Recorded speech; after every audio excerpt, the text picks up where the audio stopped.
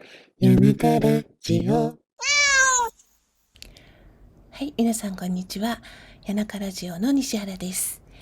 今日は前回はですね、東京芸術大学の中の、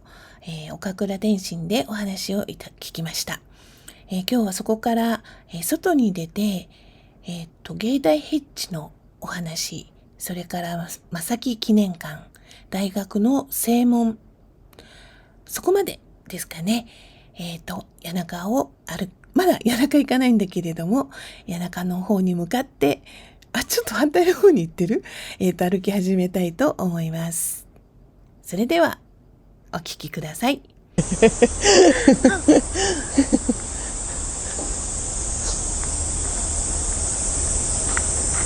そうこれすごい。の同僚だって言って。そうなんですね。もう先生ですけど、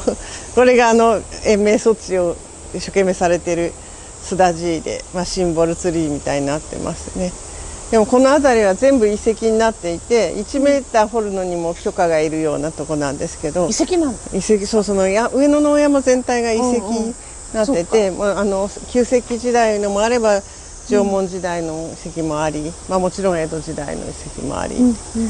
ここからはお坊さんのお骨が出たそうで。そう。はい。江戸時代の？そう、江戸時代。顎が細いから貴族階級のね、あまり硬いものばっかりは食べてない方だっただろう。なるほど。これが須田寺です。元気でやってて嬉しいね。あっちにもね、保護された須田寺があります。これもですね。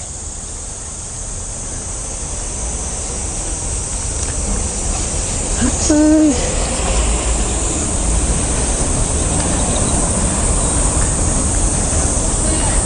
今日もう開いてるかな。正木ですか？そこが行けなさそうじゃんね。行けなさそうだね。じゃあ外から行こうかな。よ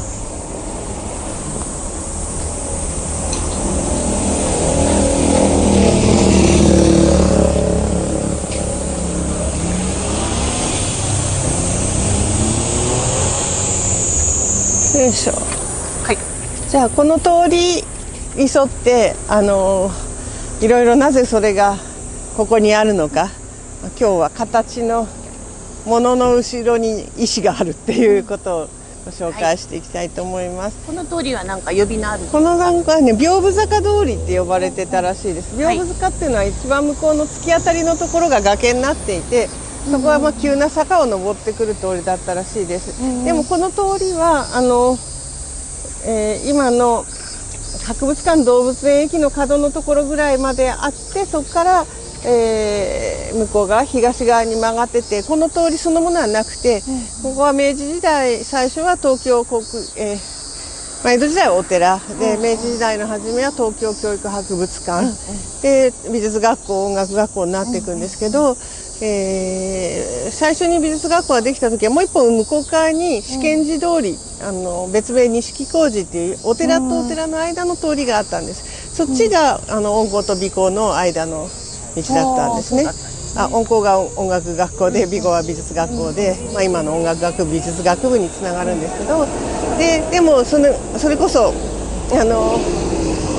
東京を近代化するために通りをスパンでまっすぐな道を通そうということが政府が東京都の方針、東京市の方針であって、で大正3年にこの道をスパッとまっすぐに上野から谷中方向に伸ばすんですね。でそれこの土地を高知から提供する代わりに後ろの試験寺通りを芸大の敷地内に組み込んでもらったっていう事情があります。で今のこの八角形のレンガの門っていう八角形って今言ってもピンとこないですね。向こうこれ音楽学部側の半分で、実は美術学部側にも同じ大正の門がレンガの門があって、真上から見るとこの道路を挟んで八角形になるような左右対称の門になってました。ここの門をね、くぐれるっていうのが何回も浪人する芸大生にとってはくぐりたいなっていうもんだったんだと思うんですね。でもこの美術学校から東京芸大になって、で平成になって博物館美術館じゃなかった芸大美術館を建てる時にこっちの美術学部側の門は取り外されたんです。で取り外されたんですけど、ちょっと向こう側に行きますけど、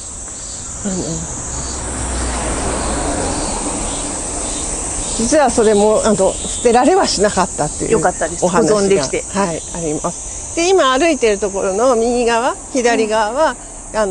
低い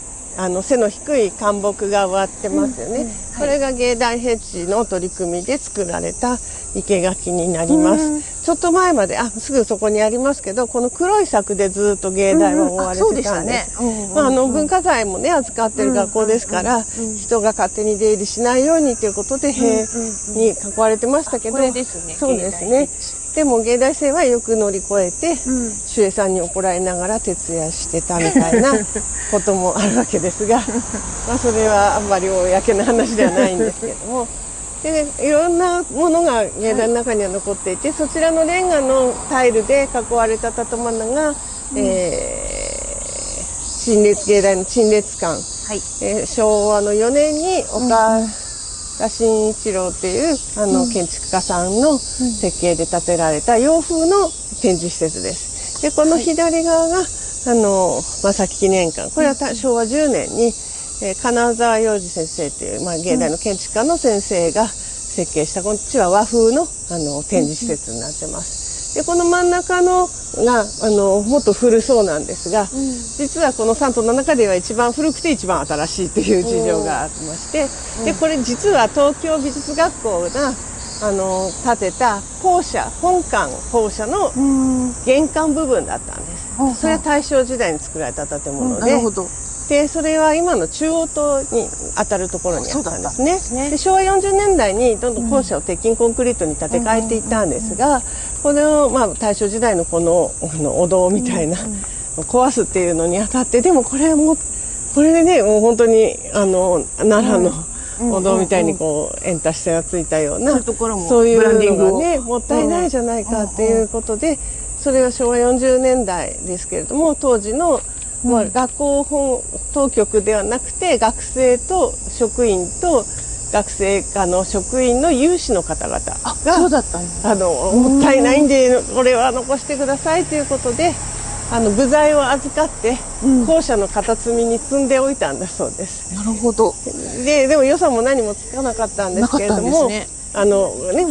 文部省の工事じゃないから取っとくっていうのは、でもその学生有志とか OB とか職員さんとかみんなでお金を集めて、じゃあどこがいいだろうねって、なんとかこれを再建するお金を集めたけど、どこがいいだろうっていうのをいろいろ探した中で、ここね最初全部壁で覆われてたらしいんです。中庭みたいになってるのでね、中庭を覆う城壁みたいになってたところに、ここに入り口開けたらいいんじゃないかということで、前野勝教授って建築家で保存やってた先生が場所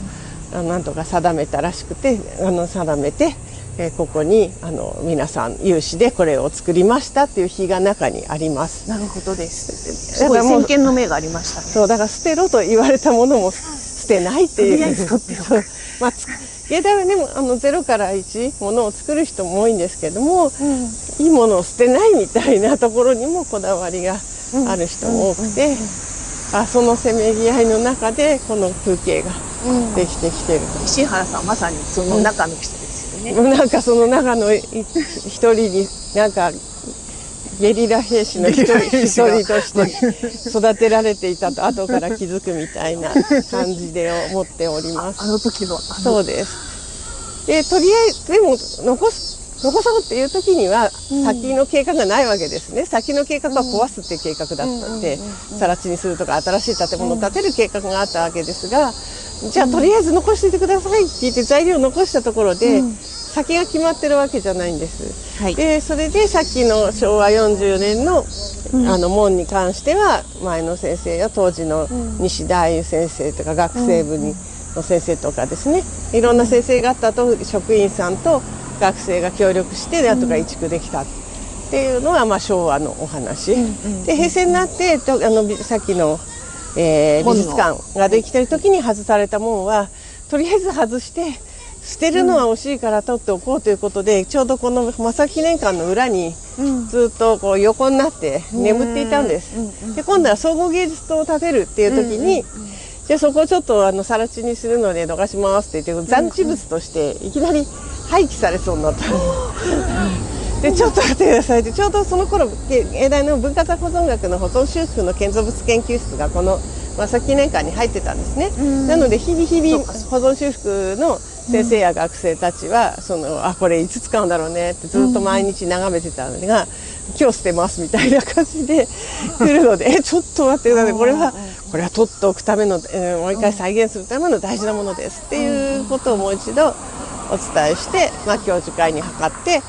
当時六角先生が施設整備の六角喜女先生が施設整備の委員長だったんで、じゃあどこに着いたらいいだろうねみたいな話になって、昔の芸大美術学校の地図を見て、昔はこっち側の東京都美術学館側の方に入り口があったらしいんです。だからそういうことも踏まえて、じゃあこちら側に入り口があるっていうことは、そんなに史実的におかしくないかもしれないということも一つね考えて、こちらに移設をしていただいたんですね。それは東京芸術大学の美術館ができた時とそのちょっと後ぐらいに移築をしてもらいました。でも移築した時はもう本当モニュメントとして、もう照明灯もなくなってたし、開ける予定もないし、横にしておくよりはって縦にして残したみたいな形で、この作も工芸家の先生がデザインした2代目の作だと思うんですけど、これももう歴史的なものだったんで塗装し直して置いたんです。でも人間って不思議なもので門があったら開けたくなるんですよね。でそれでその後芸術資料館が建て替えになって、図書館を整備をするっていう時に、こちらをじゃあこっちを図書館に入る門として開けようっていうことになり、そのちょっと前に電気ないのは残念だから電気つけようって、宮田学長さんの頃に電気をつけてもらい、それから図書館ができて開けるようになり、ここにアプローチができっていう、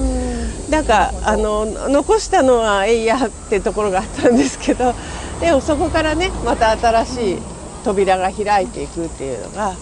面白いなと思いますね。で今ちょうどこうやって振り返ると、その右側に総学堂、